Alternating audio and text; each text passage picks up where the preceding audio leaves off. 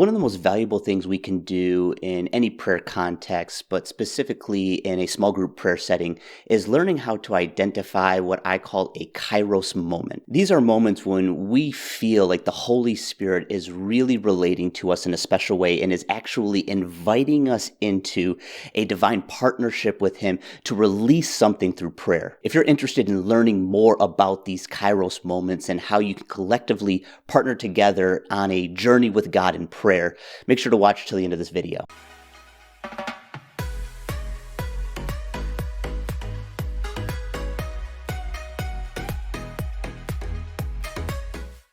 All right, so before we talk about discerning these kairos moments, let's set the stage with one of our responsibilities in prayer, and that is waiting on God. Unfortunately, we often come into even prayer gatherings with an agenda of what we want to accomplish.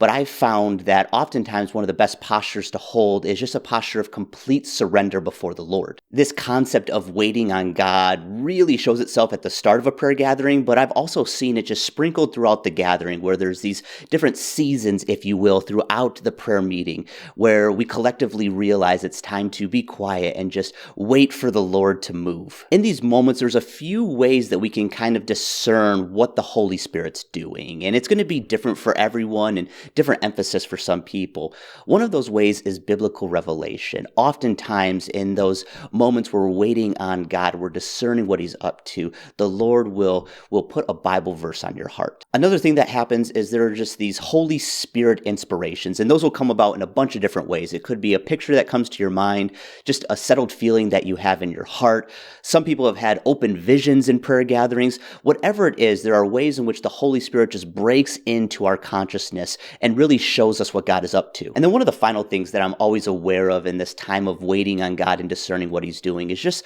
my current circumstances or the current events that are happening in the world. Our life, our time in prayer is not separated from those experiences. And oftentimes, these events that are happening in the world, God is up to something in the midst of them, and He wants us to join Him and partner with Him in prayer to see His will come about. So after this time of discerning and waiting, which could be a few moments to a few minutes sometimes, we begin to actually enter into the place of prayer as a group. And the cool thing that I've seen happen so many times over and over again is that God begins to hone in on a specific area. It's almost like the prayer gathering takes on a certain spiritual shape or substance. Oftentimes this spiritual shape is just revealed progressively. People will just continue to pray and you'll see it sort of unfold what the Lord's up to.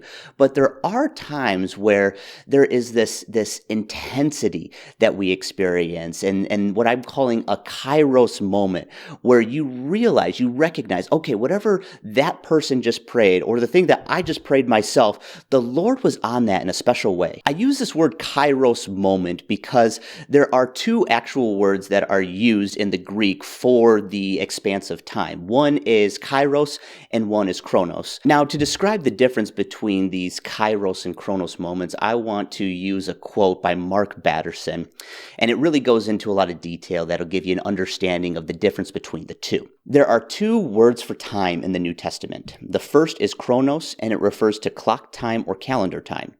It's where we get our English word chronology. Chronos is sequential, past, present, future, and it is linear, moving in only one direction. The second word for time is kairos, and it refers to the opportune time. Chronos is quantitative. It counts minutes. Kairos is qualitative. It captures moments. It's the critical moment or the appointed time. For such a time as this, like we see in Esther chapter 4, verse 14.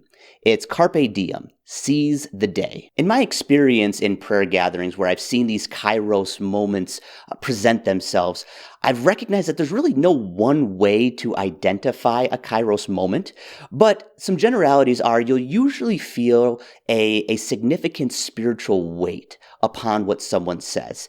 It's almost like if you're making a puzzle and you're missing a piece from that puzzle and you're sorting through the leftover pieces or whatever, and you find that perfect piece and you put it in, that feeling of pushing it in. It's just like that satisfying, Oh, that's it. It sort of has that sort of feeling attached to it. Some people experience a sensation in their bodies. Sometimes it's just an inner spiritual feeling that people have. But these are just some of the ways that Kairos moments can be identified. And one of the scriptures that I found that really correlates to this idea of identifying a Kairos moment or identifying what the Spirit is up to in the moment comes from 1 Corinthians chapter 2, verse 10 through 12. Here's what it says: "For the Spirit searches all things, even the depths of God. For who among men knows the thoughts of a man except the spirit of the man which is in him? Even so the thoughts of God no one knows except the Spirit of God. Now we have received not the spirit of the world, but the Spirit who is from God, so that we may know the things freely given to us by God." And it's really the start of this verse that captures my attention with this Kairos moment. It says that the Spirit searches all things, even the depths of God.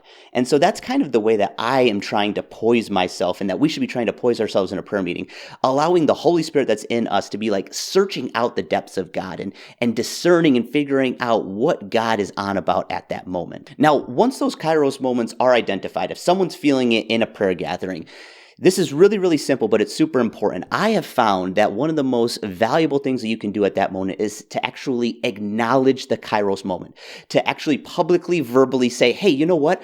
I think that there's something really important about what you just prayed. I'm really sensing the Holy Spirit put a certain spiritual weight on that. You'll want to do this because not everyone is going to have the same experience with certain prayers.